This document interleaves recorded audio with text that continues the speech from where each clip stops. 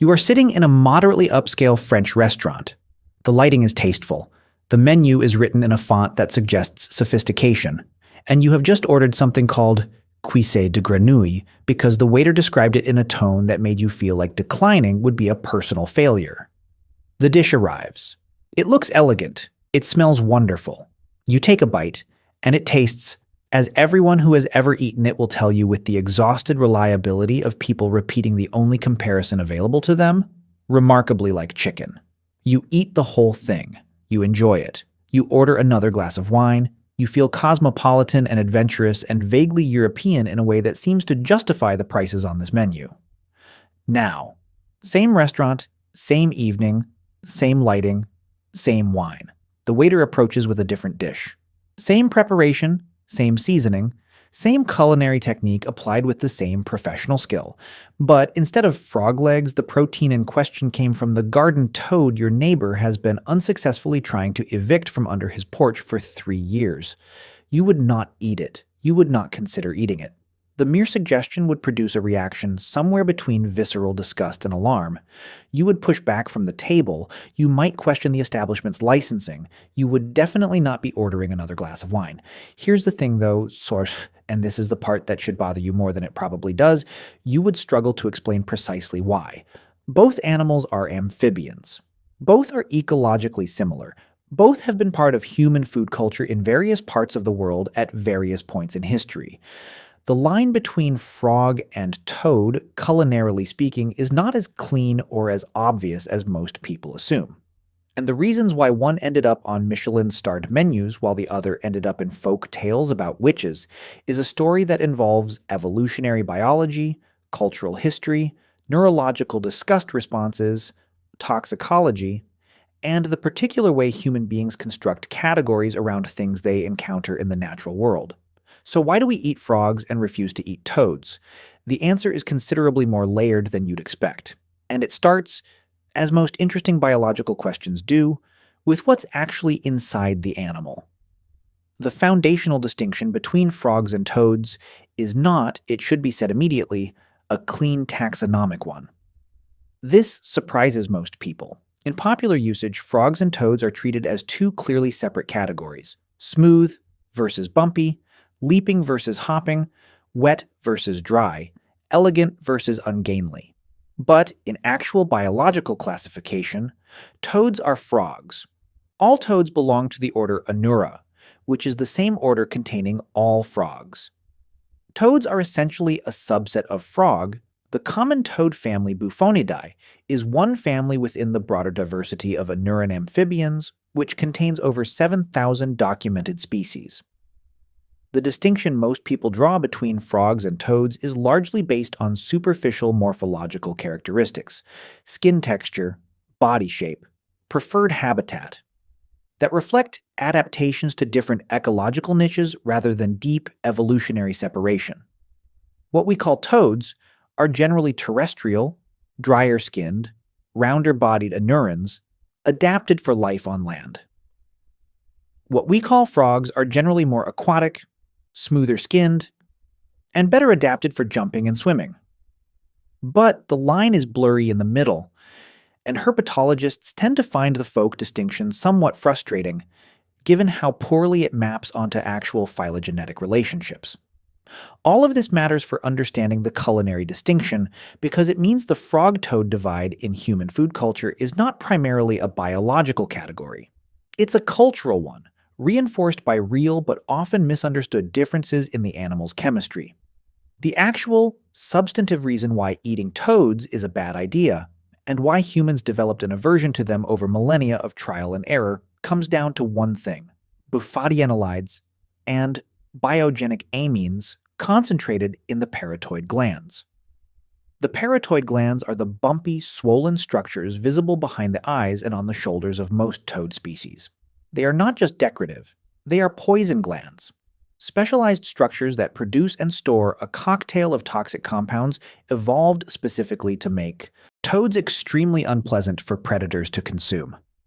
When a predator bites or otherwise stresses a toad, these glands release their contents, which can cause a range of effects depending on the species and the quantity involved. Intense salivation and oral irritation, nausea, cardiac arrhythmia, and in sufficient doses, cardiac arrest.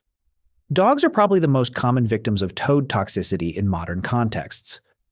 A dog that mouths a toad will typically drop it immediately, salivate heavily, paw at its face, and look deeply affronted by the experience. The encounter is usually unpleasant rather than lethal for dogs encountering common toad species. But certain tropical species, the cane toad, Rhinella marina, introduced to various parts of the world in misguided agricultural pest control attempts, produce toxins potent enough to kill a domestic dog that mouths one for an extended period. For humans attempting to eat toads, the consequences historically ranged from deeply unpleasant to potentially fatal, depending on the preparation method, the species involved, and the quantity consumed. Cooking eliminates some toxic compounds, but not all. The bufadienolides are relatively heat-stable. The skin and parotoid glands contain the highest concentrations, and consuming them, even cooked, can cause significant toxicological problems. This is the evolutionary mechanism behind human toad aversion. Our ancestors encountered toads, some subset of them attempted to eat toads. They experienced consequences ranging from immediate oral irritation to illness to death. And the association between toad and danger was reinforced both through individual learning and through cultural transmission. The disgust response we experience toward the idea of eating toads is not arbitrary cultural prejudice. It is an adaptive behavioral trait shaped by the real chemical properties of the animal, transmitted through cultural learning across generations.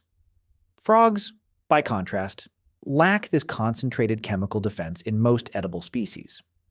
The musculature of frog legs, the part consumed in culinary contexts, is clean, protein-rich tissue without the toxic load characteristic of toad, parotoid secretions.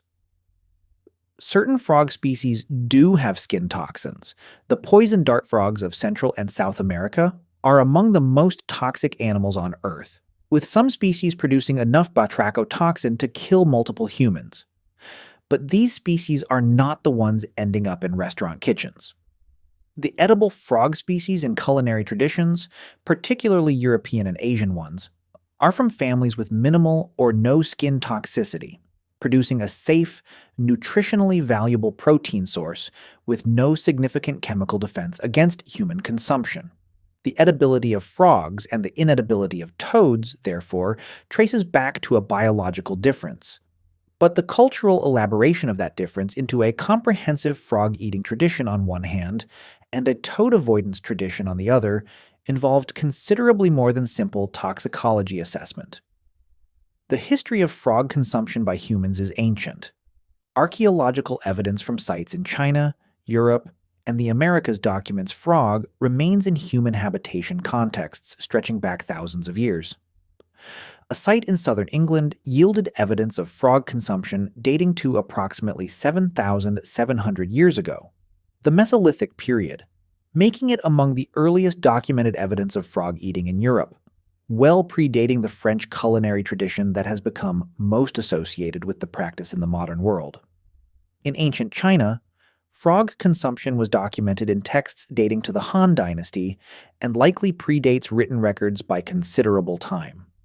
The rice paddies of agricultural East and Southeast Asia created ideal habitat for frog populations that coexisted with human communities, and frogs were integrated into the food systems of those communities as a natural consequence of proximity and availability. In parts of Indonesia, the Philippines, Vietnam, and southern China, frog consumption remains entirely unremarkable. A normal protein source consumed across economic and social strata without the exotic connotation it carries in Western cultural contexts. In the Americas, indigenous communities in various regions incorporated frogs into their diets as part of broader patterns of animal protein consumption that included a much wider range of species than European food traditions typically encompassed.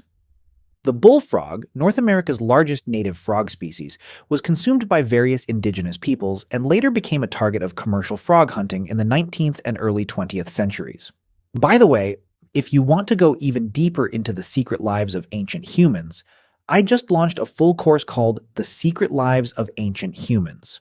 10 modules, 3+ hours of content covering everything we never talk about on YouTube. What they feared, how they communicated, what hunted them, and much more. Plus an exclusive PDF guide included. Link in the description. See you inside. When frog legs appeared on American restaurant menus as a fashionable delicacy before declining in popularity, and then partially recovering as interest in international cuisines expanded. The French association with frog consumption, so strong that the English slang term for French people is literally frogs, developed over medieval and early modern periods, with frog legs documented in French culinary texts from at least the 12th century. The Dombes region in eastern France became a center of frog culture partly due to the abundance of wetland habitat and the preparation of frog legs, typically sautéed in butter with garlic and parsley, a preparation that does indeed produce something tasting approximately like chicken prepared in the same fashion, became established in the French culinary tradition in ways that spread its cultural legitimacy across the broader European food context. The toad side of this cultural equation is dominated not by culinary tradition, but by symbolic association.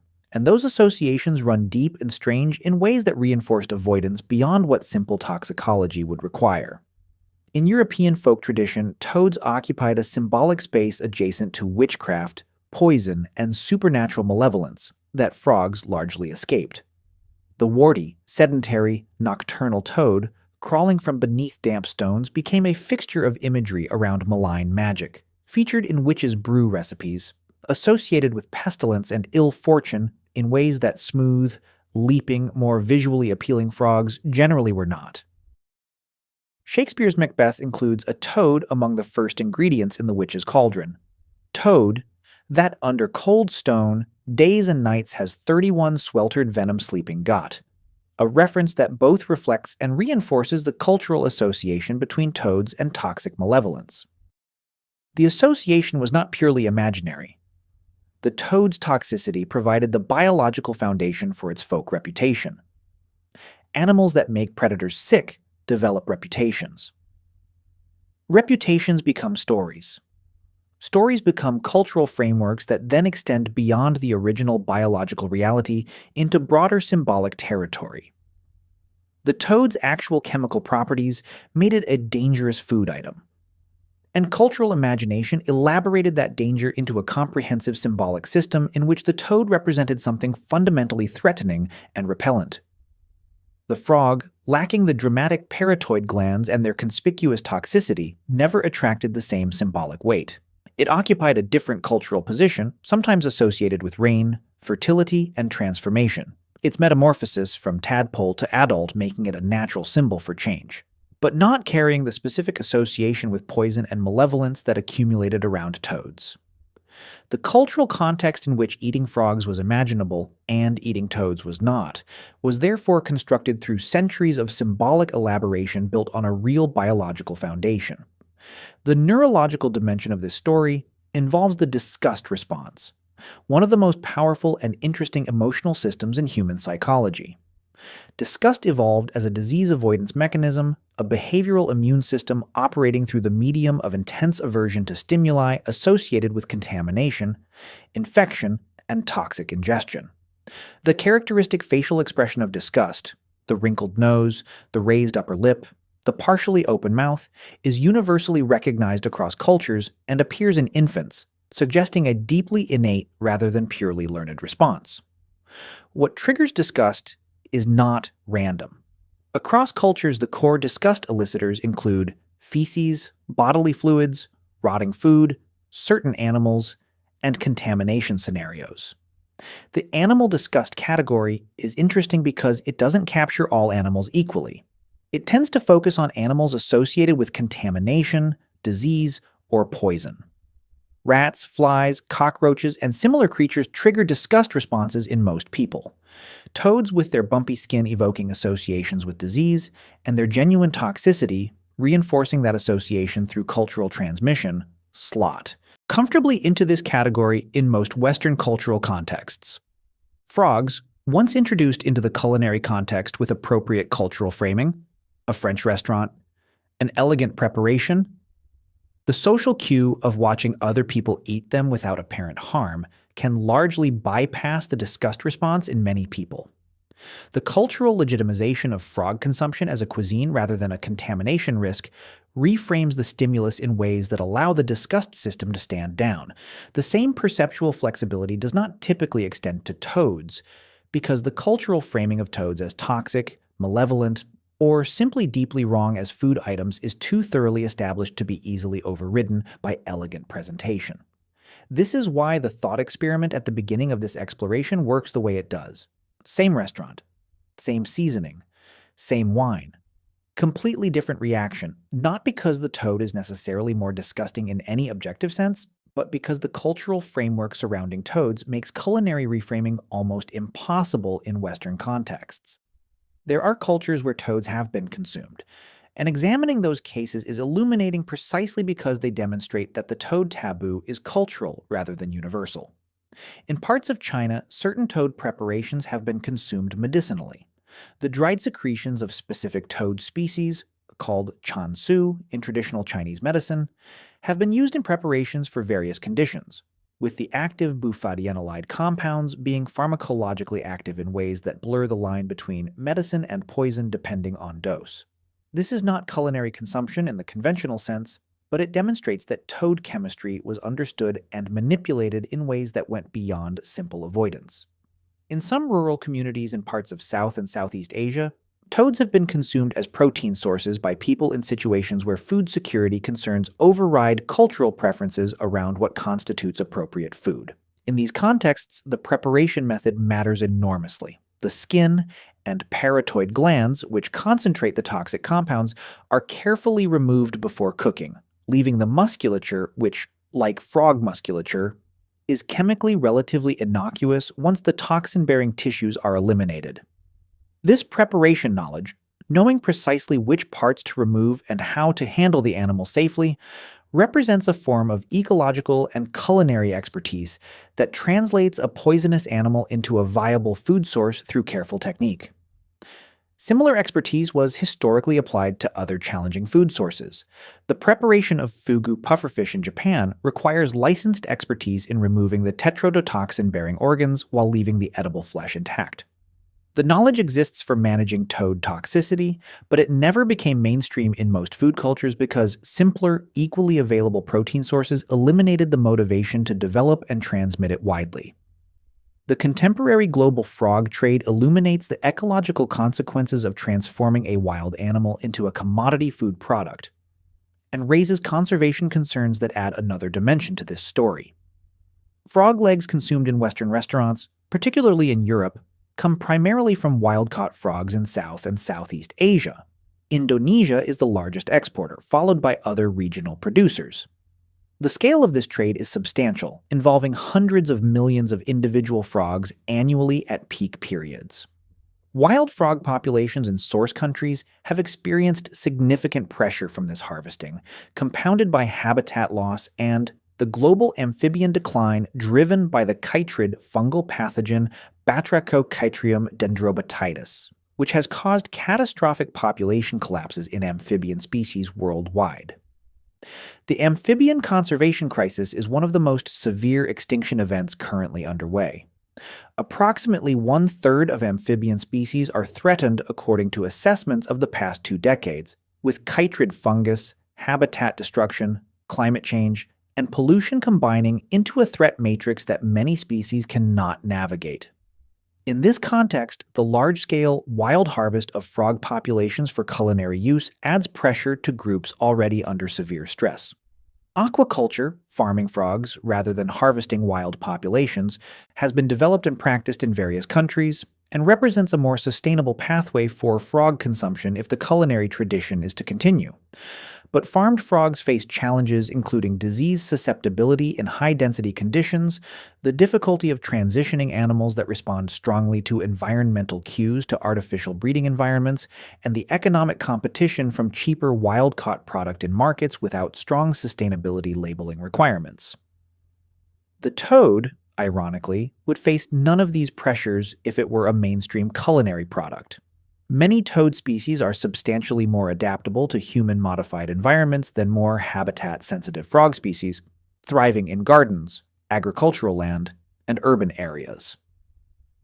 The cane toad, introduced to Australia and various Pacific islands as a pest control measure, and now itself an invasive ecological disaster, exists in such overwhelming numbers across its introduced range that harvesting it for food has been seriously proposed as a management tool.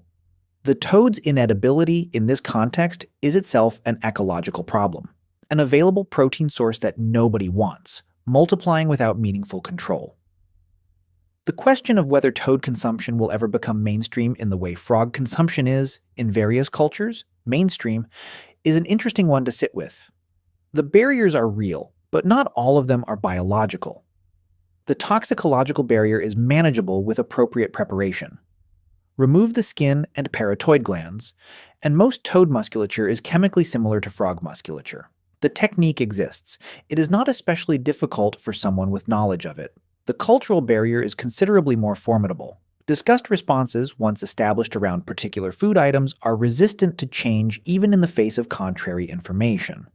The symbolic weight accumulated around toads in Western cultural tradition is not easily dismantled by pointing out that the musculature is technically edible once properly prepared. The emotional system operating here does not respond primarily to technical arguments. What does shift food culture, historically, is exposure, reframing, and social proof. Sushi was considered deeply alien and unappealing to most non-Japanese people in the West 50 years ago, and is now consumed casually in shopping center food courts. Insects, which are consumed by approximately 2 billion people worldwide and are an extraordinarily efficient protein source, are slowly moving into Western culinary consciousness through careful reframing as sustainable nutrition rather than contamination risk. The disgust response can be worked around. It just requires sustained cultural effort and the right framing. Whether toads will ever benefit from that kind of cultural rehabilitation in mainstream Western food culture seems unlikely in the near term. The accumulated weight of witches' brews, poison associations, and general aesthetic disapproval is substantial. The availability of alternative protein sources eliminates any real pressure to overcome the aversion. And the toad itself, through no fault of its own, continues to look exactly the way something does when you want to communicate to potential predators that eating you is a decision they will regret. The frog gets butter, garlic, and parsley in a restaurant with good lighting. The toad gets a supporting role in Macbeth. Neither of them asked for this, but evolution made the toad poisonous, and culture made the poison permanent. And you, sitting in that French restaurant finishing your second glass of wine, will probably never find yourself reconsidering that calculus. The legs were delicious, though. They always are.